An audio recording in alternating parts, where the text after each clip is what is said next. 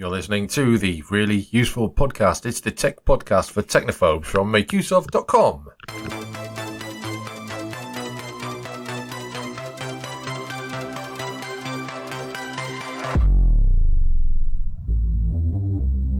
My name's Christian Corley, and I'm joined this week by Megan Ellis. Megan, how are you doing? Good, thanks. And yourself? Not bad, thank you. We are looking this week at the idea of finding followers, which I'm aware it sounds, in some ways it sounds a bit needy. In other ways, it sounds as if maybe you're like forming a band of disciples. That's not the kind. A little cult-like there. yeah, totally. Finding followers. That's not what we're doing. But basically, I was in two minds about this because I did feel that maybe this was a little bit beyond our usual remit. But I think in this day and age, it's good to know where people that are like-minded can be found. Now, in its most basic form, you can go to Facebook, search for an interest, and 9 times out of 10 you will find it on Facebook. And if you don't find it on Facebook, you'll definitely find it on Reddit. And that kind of little grouping, followers, disciples, if you like, if you want to position yourself as some sort of leader, those are good places. And you can start your own page on Facebook very easily if that doesn't work out for you. Once you do that, though, that's when you need to find people to join it. That's when you're finding followers. And it's a strange thing because kind of like followers, subscribers, and audience, they all more or less mean the same thing, don't they? Yeah, basically. It depends on the platform, really. But in one way or another, it's people basically subscribing or following you. And another thing I didn't mention, which is kind of where we're going to probably kick this off from, is streaming platforms as well. Game streaming, that kind of thing, where you're playing a game, you're streaming it. Is anyone watching you? If so, why? If not, why not? Megan, you helpfully produced a guide to building an audience for a live streaming channel. Yes, I did. And would you like me to take you through? I would like you to take me through it. I would. I mean, it is something that I've dabbled in, and in the most delicate, vague, toe dipping into water kind of a way in the past, and I've never really quite been able to get the hang of it. So maybe if you take us through, but actually just take me through it. Because I feel like I'm a bit of an idiot at this. I'm no professional, but I did speak to some streamers who themselves have grown audiences. So these are the insights that they provided. So one of the first things would be to choose a trending title to play on your stream. So rather than finding something really obscure or something that no one's really interested in at the moment, it's good to kind of seize on the trending titles of the moment. You don't want to get lost in the shuffle when everyone's, streaming Fortnite, for example. But there's definitely value in choosing kind of a trending or popular title because people want to find out more about said title. There's that curiosity, there's that hype. So finding that kind of game to stream will get people more interested. It doesn't have to always be like a costly affair or something that you need like early access to. I mean, if we look at something like Among Us, that's a trending title that was cheap to buy and readily available for people. Mm. Another thing that you'll find is a consistent theme as well across different platforms is keeping a consistent schedule.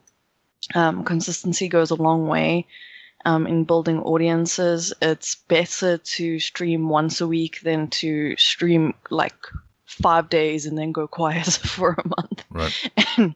Or disappear, radio silence, and then come back for another burst of streaming. It's good to have a consistent schedule, even if that means that you don't stream as often. Rather do it once a week than doing short bursts that are inconsistent. There's also keeping the conversation going. People, especially on platforms like Twitch, they want to engage with you. It's not necessarily like just watching a Let's Play on YouTube. It's live streaming. So they want to ask you questions. They want to see your reaction to chat. So it's a good thing to kind of keep the conversation going, engage with people. For example, thanking new subscribers on your stream. Even bigger kind of streamers still thank their subscribers personally, take time during their streams to thank people, to show appreciation. There's also knowing your streaming platform, whether you choose Twitch or YouTube or Facebook gaming. You should know the ins and outs of each platform, the kind of things you can leverage, understanding your audience, that type of thing. Interacting with your followers on social media. Social media is not everyone's favorite, like, cup of tea. But again, it keeps people engaged outside of those streaming hours, especially if you're someone who only streams once a week. It's a way to kind of announce your stream or build up hype to a stream. Then there's giving the audience incentives to return. So gifts, for example, competitions, that type of thing. Getting a sponsor for your live stream, getting other gamers involved, that always works well, especially because it kind of adds more personality to your stream. There's more people involved. It becomes a collaborative effort. And then finally, using decent equipment. While you don't need the best rig out there, you should kind of invest in the kind of setup that will at least give you like decent audio and video quality, a decent internet connection, that type of thing. Because even if you have insightful content, if it's coming through at, like, potato quality, people aren't exactly going to want to watch it. Is that a setting? I haven't seen that setting. Yes. Okay, thank you, Megan. Now, the details that Megan's just gone through there, obviously, there's quite a few of them. So you will find the link to that article, 10 Tips to Build an Audience for Your Live Streaming Channel, and everything else that we're discussing on this week's really useful podcast in our show notes. We're going to move along to an area which I have a little bit of expertise in. Now, a few weeks ago, I hosted a show about podcasting. So I think it makes sense to look in a bit more detail at podcasting in terms of the audience and ways to promote and to get new listeners later on. Early doors with a podcast, you basically need to have a good plan to know what it's about. And from that, you can then focus on where you're going to put it, which is going to be on iTunes. Every podcast needs to be on iTunes. 70% of podcast listening happens through iTunes or the native iPhone and iPad podcasts app, according to Neiman Journalism Lab. So it's important to use that to get your podcast on that. Now, we've already discussed how to do that. Once you've done that, though, the production on your podcast has to be tight. It has to be professional. It has to sound good so that people will come back again and again. To that end, and I think we can probably demonstrate most of these, have a short intro tune, keep long pauses short, cut them so that there are no long pauses. And I will tell you now that I'm going to do this for effect, every single episode, apart from just there, has a lot of long pauses that I will cut down. And also, if there are any inserts, you should pre-record them, such as like when I might say, remember to, no, I've dried up there, you see, which is why you pre-record your inserts. So I might have said, leave us a review on Apple Podcasts. If you pre-record that, you only need to say it once, get it right once, then drop it in when you're editing your show. It's important to provide show notes for your podcast. We've already talked about that in this week's show. And where possible, invite guests. And if you're going to invite guests, make sure that their audiences know that they're coming on. So then you've got a unity of two sets of audiences listening to your podcast. This is a little tricky. You should feature transcriptions or quotes from the audio. Quotes are a lot easier. I've discovered there's an excellent tool called Headliner, which we use for the really useful podcast to create little trailer boxes that can be shared on Instagram and Twitter and what have you. And it also does transcriptions. It is phonetically transcribing. It's a basic voice to text tool. So quite often it gets things wrong. My accent is Northern England, and it sometimes gets quite a few things quite wrong, which means things can turn out to be quite amusing if you're going to use the transcriptions. I find it's probably, in terms of the amount of effort you're going to put in and the return you're going to get, it's probably smarter to stick with key quotes rather than an entire transcription, because an entire transcription means a lot of editing, depending on the length of your show, of course. Produce shareable clips and trailers. I've already referred to that. Headliner.app is a superb tool. You should check that out. It's really, really clever. It will take your podcast RSS feed. It will take audio from your podcast You can select the audio, or it will just choose it itself. It'll give you a nice little graphic in the background. Really good tool. And leverage social media in much of the same way that Megan has already discussed, and appear on other podcasts. Now, the thing about podcasting, and I suppose any kind of endeavor such as this, is that your audience is potentially going to ebb and flow. There'll be valleys and there will be peaks. And you need to be able to recognize those bad times and act accordingly. There's a superb companion article to this, really, by Shan Edelmeyer. 6 simple ways to grow your podcast audience. This begins by establishing why your podcast has stalled. Once you've done that, you study your strengths and weaknesses, find out what you're good at, which shows did well, kind of replicate that and build off that. Target a specific niche. Again, maybe that's part of building off of something that's happened previously that's done well. Network with other podcasters.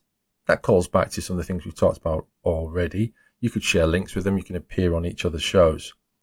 Bring guests onto shows. Be guests on their shows. All those things. They all tie in nicely and engage better with the listeners you already have.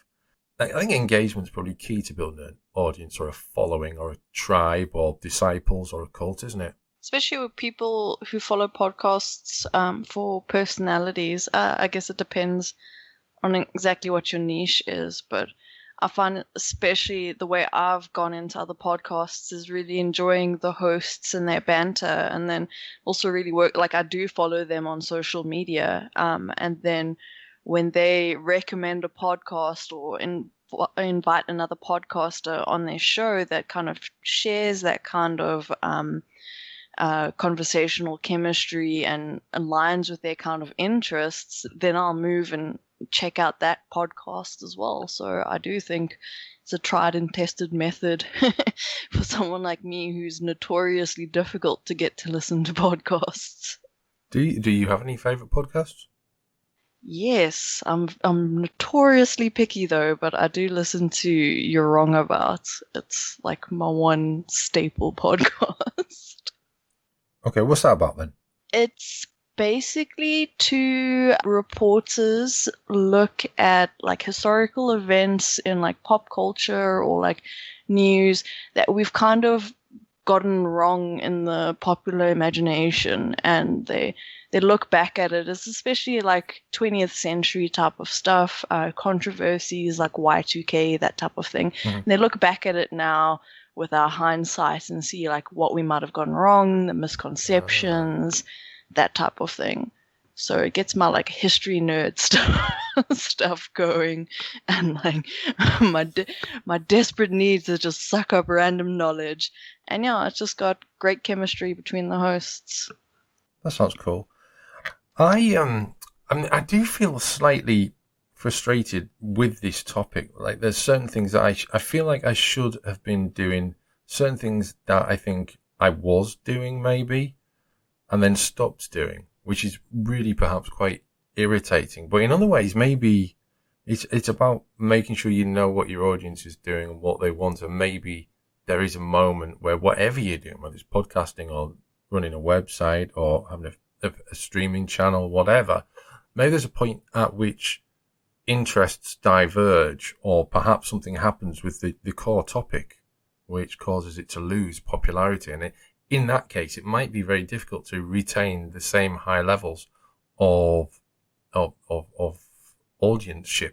An example of this is a few years ago. I run a Doctor Who podcast called Casterbarus, which you can find at casterbarus.co.uk, and it's on Apple Podcasts along with a really useful podcast. And a few years ago, Doctor Who, 8 years ago, Doctor Who was like 50 years old. It was 50 years since it was first broadcast in the UK. And around that time and running up to that, our podcast alone, and we had a website which did news and interviews and things, but the podcast alone was getting between 3,000 and 8,000 listens per show. These days, I guess, it's a fraction of that these days. It's like a tenth of that. And I think partially there's popularity of the show.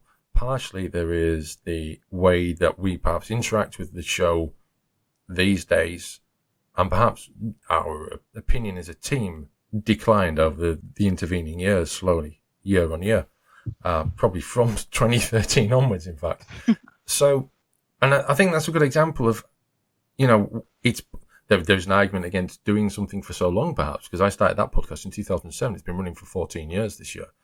And on the other hand, knowing when to stop is useful, but also recognizing when things change and pivoting to maybe adapt to them is maybe a good option. What I tend to do at the moment with that, just in case anyone's interested, and I don't want to leave anyone hanging, is basically I'm ensuring that all previous podcasts look beautiful on the very beautiful WordPress website that I have for it, because it's an absolutely stunning theme called, I think it's called Podcast or Podcaster, and it just presents everything looking absolutely beautifully, and even gives me an opportunity to go back and just remaster the sound slightly for the uploads. But I think whatever you're doing, you do need to be very much aware of the audience and what the audience is interested in, and whether or not their attention is wavering. And it might not be because of you they're wavering; it might be the subject that is causing that to just lose traction. It's kind of like any kind of medium in a way, in that you kind of see how your audience goes. Maybe you envision it going one way, but the audience reacts really well and to another way. I'm just imagining, like, even if you imagine like TV shows, how sometimes plot lines change over time based on like audience reactions. Yeah. I think it's the same with podcasts. Sometimes the original vision might change based on like, okay, well, this isn't what we originally planned, but the audience really likes this, so we're kind of going to lean into this type of format. And I think that's also part of the engaging with your audience and finding what they really like. And sticking to what works. Yeah. There are many other social networks and places where you might want to find followers and disciples and acolytes. And there are things that are maybe more adept to your particular age group than others. For instance, people my age tend to use Facebook and Twitter more, whereas, particularly Facebook, and LinkedIn, but that's possibly another matter. Whereas younger users might be more interested in TikTok and Instagram. Ooh. Megan, I think it's your turn. So we're looking at ways to gain more fans and followers on TikTok. And I think what makes TikTok so different is its potential for growth, because everyone talks about like how viral it is and how successful it makes songs. But I think I don't know if it's just the way its algorithm works, but people, or it could be that it's just in its like early days, but people notice like the kind of potential for growth. Like nowadays, if you create a new Instagram account, you're sweating for every like and for every follower. Like you're working hard.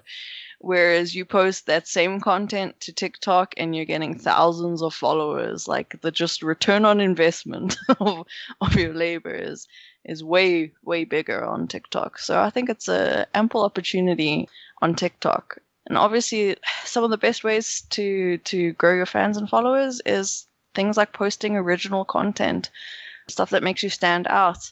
Again, consistency plays a key. Uploading videos on a daily basis, because TikTok's one of those very ephemeral apps that's constantly updating.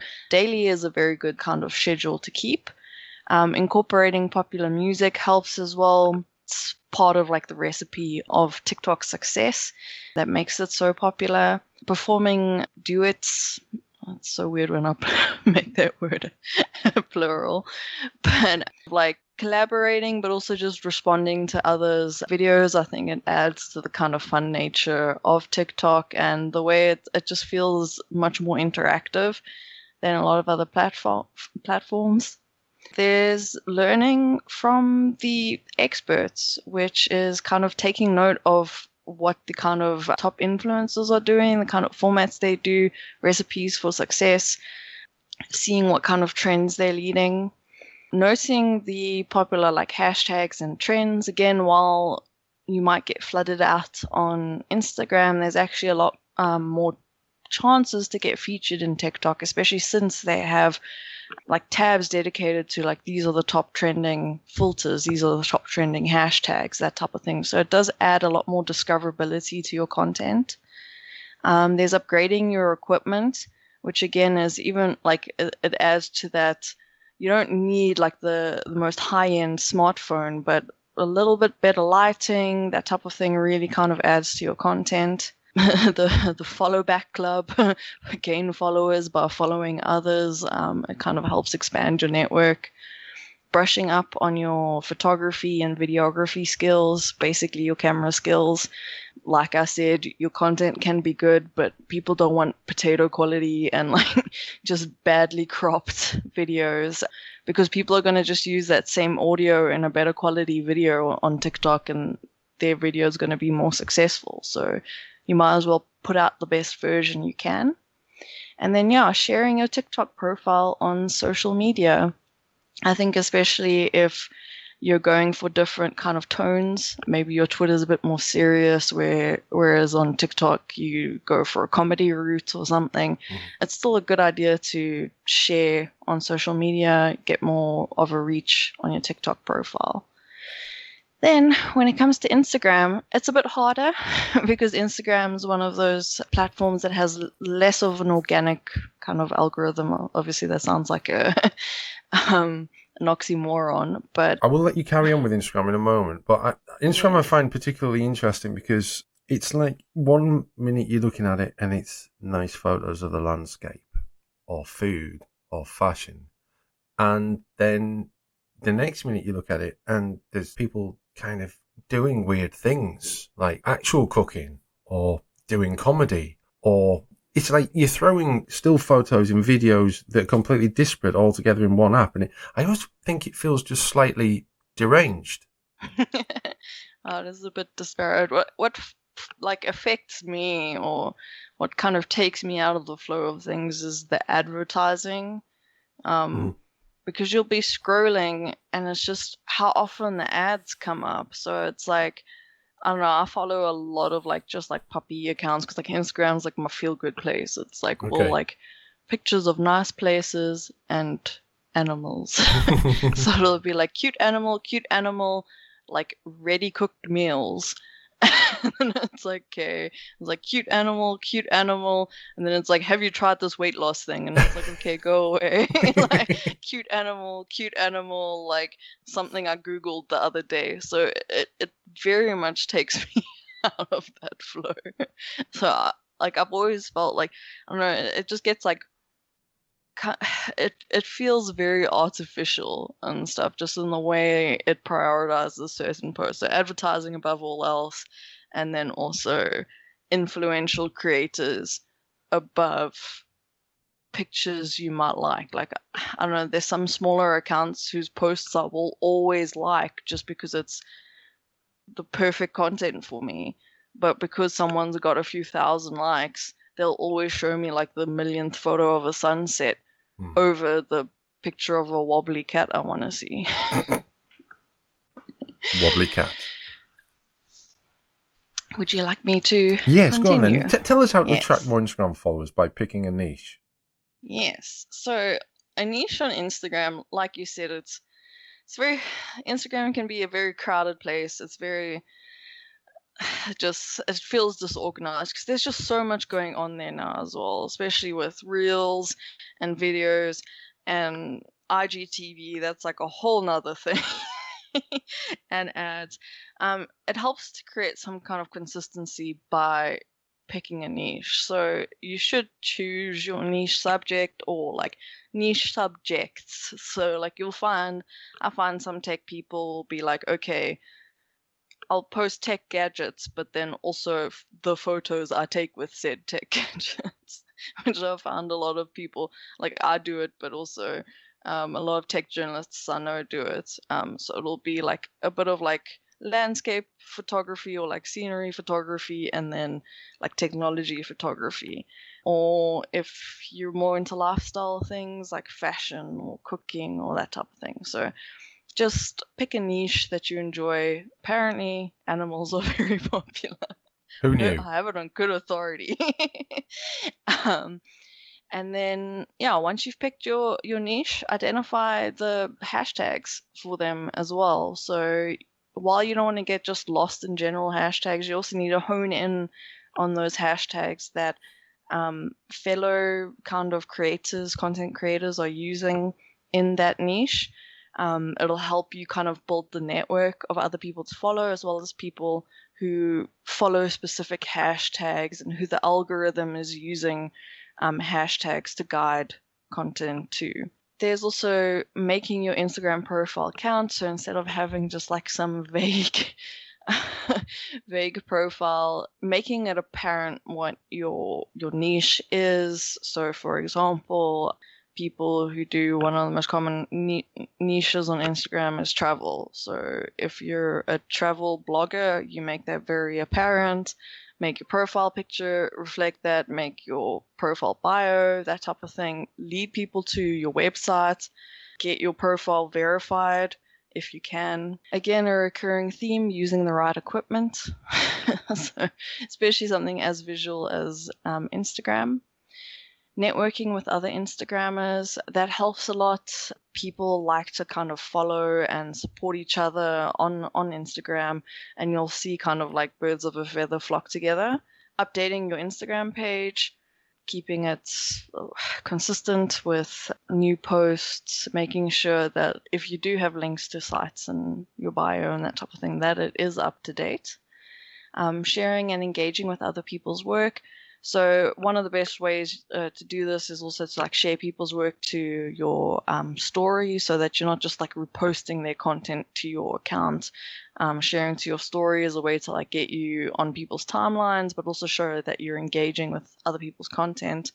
And engaging with other people's work, like it means like don't just like slide into their comments and be like, hey, check out my profile, but actually like be an engaging follower yourself, and people will be more willing to check out your profile. And then using geolocation tags. Well, it's not exactly recommended if you're trying to just like run a private account on Instagram. If you're trying to be discovered and get more followers, it helps to add location to your photos so that people can filter by location. So for example, like you don't have to give your street address, you can just give your neighborhood. So I live in Cape Town, so even if the location might not be relevant, Cape Town's a popular city, so I'll always tag like Cape Town as my location in my posts, even if it's just a post about a technology gadget, just because people might be looking for, oh, let's see what other people in my area are posting. Thank you, Megan. It's easy to come away from this being completely bewildered, so I think ultimately what you're going to have to do is decide which network you're using, which social network, which streaming platform, whatever you're using, what type of followers you're going to look for, and then kind of